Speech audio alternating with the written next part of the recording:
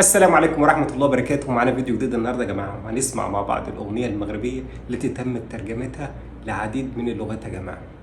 مش بس في الوطن العربي بيسمعوا الأغاني المغربية أو الأمازيغية أو الدرجة المغربية منها، لأ، ده بيقول لك إن إحنا تخطينا الحدود ورحنا أوروبا ورحنا أمريكا، والناس بدأت تترجم الأغاني. هم عجبهم اللحن في الأول، في الأساس اللحن المغربي لحن مميز كلنا متفقين عليه. حتى الموشحات الأندلسية اللي في ناس بتنسبها لنفسها هي أصلها مغربي، يعني هي في الأصل أصلها مغربي. في ناس بتنسب الأعمال ديت لنفسها، في ناس تقول لك هي لا ده بتاعتنا يا جدعان. صلوا على النبي واهدوا وركزوا، شوفوا وقرأوا التاريخ وشوفوا المعلومات بتاعت الناس بتقول إيه. يقول لك إن الأصل أصل إيه؟ مغربي يا جماعة.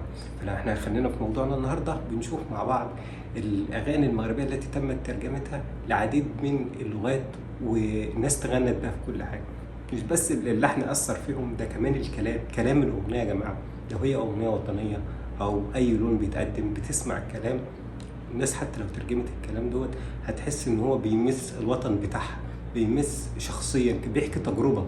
يعني بيحكي تجربتك أنت، مش شرط إنها تكون تجربة داخل المغرب يا جماعة، لأنها في الأول والآخر هي أغنية مغربية مليون المية ولا شك ولا جدال، بس هي بتقدم رسالة.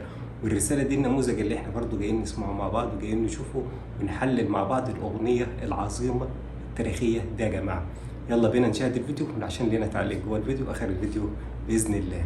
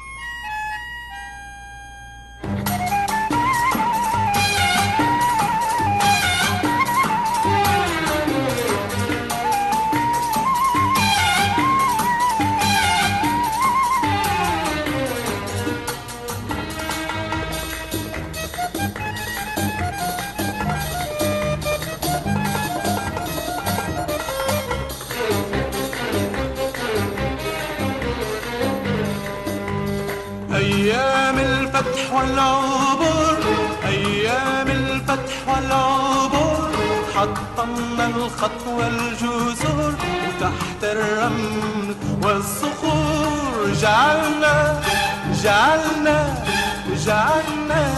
للعدا قبور.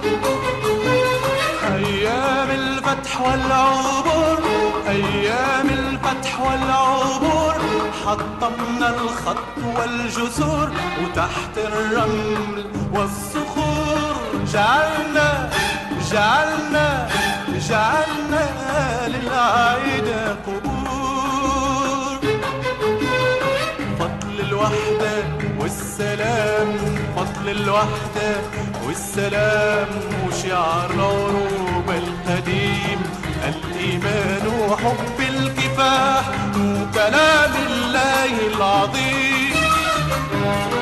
فضل الوحدة والسلام، فضل الوحدة والسلام، وشعار العروبة القديم، الإيمان وحب الكفاح وكلام الله العظيم. تحدينا الحقيقة، تحدينا تحدينا الخيال، تحدينا الحقيقة، تحدينا الخيال. زي ما احنا شايفين مع بعض يا جماعه الاغاني المغربيه العظيمه، حتى لو اغاني وطنيه انا بقول لك ان هي مش هتمس انا كمصري مش هحس بيها، عشان هي بتحكي الوطن المغرب والجو والكلام اللي بيتقال دلوقتي يا جماعه من الناس من المغرب ومن تونس من يونان ومن جميع الناس يعني فرحت باغنيه زي بشرة خير، اغنيه مصريه، اغنيه يعني كانت بتمس الثوره او الوطن. اغاني عبد الحليم زمان الناس كلها برضو تفاعلت مع الاغاني دي، جم قالوا هي خاصه بمصر بس او الكلام دوت، بالعكس ناس فرحت في الكلام، فرحت باللحن اللي بتقدم حاجه بتمس القلب، مش شرط ان انا مصري فعشان كده الاغنيه وطنيه فمش هتمسني قوي. لو كانت دراما كانت علقت معايا، والكلام اللي احنا بنسمعه ده يا جماعه بالعكس اغنيه جميله جدا جدا يا جماعه. تعالوا مع بعض نكمل بقيه الفيديو بتاعنا. رغم الظروف العسيرة وقلنا لا لا لا لا، وقلنا لا لا لا لا، وقلنا لا لا لا لا، وقلنا لا لا لا لا لا للمحال، حولنا التاريخ والمسيرة.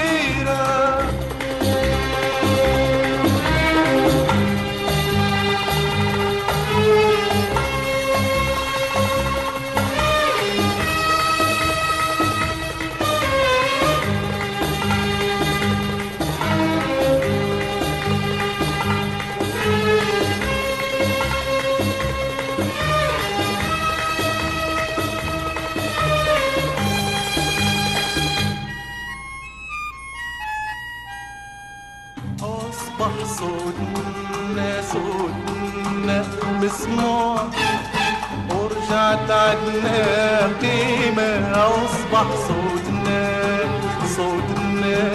مسموع، ورجعت عدنا قيمة.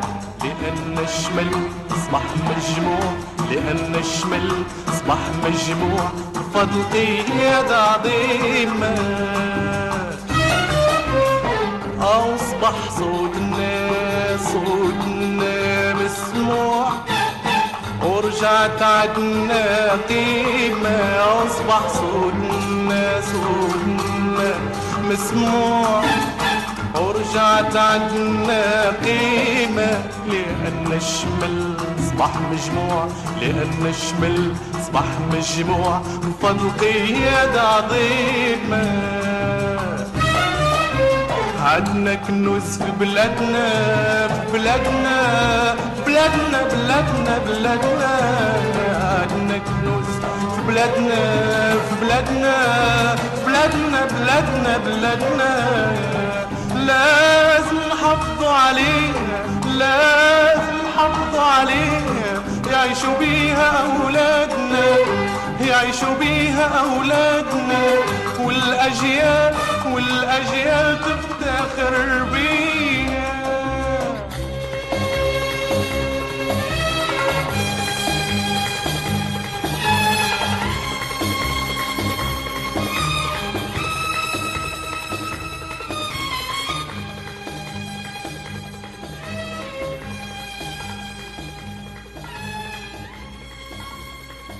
كده يا جماعه كل الفيديو بتاعنا النهارده انتهى. شفنا مع بعض اغنيه عظيمه، حلقه مميزه من الحلقات اللي احنا بنقدمها في البرنامج بتاعنا او القناه بتاعتنا المحببه الى قلبكم، وكل الناس اللي بتدعمنا بالكومنتات واللايكات والحاجات اللي هي بتفرحنا ده يا جماعه. الفن المغربي لو اتكلمت عنه يوم في التاني في التالت في الرابع في شهور في سنين مش هقدر اوفي حق الناس ديت، لان الناس ديت ما بتقدمش حاجات، او احنا ما بنطلعش الحاجات المبتذله، ما بنطلعش الحاجات الاغاني اللي هي يعني مثلا رتمها مش الناس مش ملوش هويه بمعنى اصح. انما احنا بنقدم اغنيه دلوقتي لها هويه، لها تاريخ، لها اسناد قوي ان احنا بنقدر نحللها. جبنا الناس هنوريكم برضو يعني في الفيديوهات الجايه ناس بتتكلم عن المغرب بكل حالاتها بقى. يعني مثلا الطبخ، الاجانب كلهم بيحبوا الطبخ المغربي، بيقول لك ان اشهر شيف من بريطانيا او امريكا يا جماعه، بس اعتقد ان هو بريطاني. اشهر شيف في العالم بيقول لك ان المطبخ المغربي هو الاول في العالم. انتوا متخيلين لما واحد اشهر شيف في العالم وكان في برامج مكسره الدنيا بيعترف ان المطبخ المغربي هو المطبخ الرئيسي في العالم؟ احنا هنجيب لكم من كل حاجه وكل الالوان، السياحه منها، الاغاني، التراث المغربي، كل حاجه. ان شاء الله ربنا يقدم لكم فيديوهات تعجبكم باذن الله. ما تنسوناش من الدعم بتاعكم، من اللايك، من الاشتراك، من الكومنتات، وتدعوا الملك محمد السادس بالشفاء العاجل. تدعوا لاخواتنا في فلسطين يا جماعه، ربنا يصلح حالهم ويصلح الاحوال للامه العربيه كلها باذن الله. وفي نهايه الفيديو حابب اقول لكم سلام.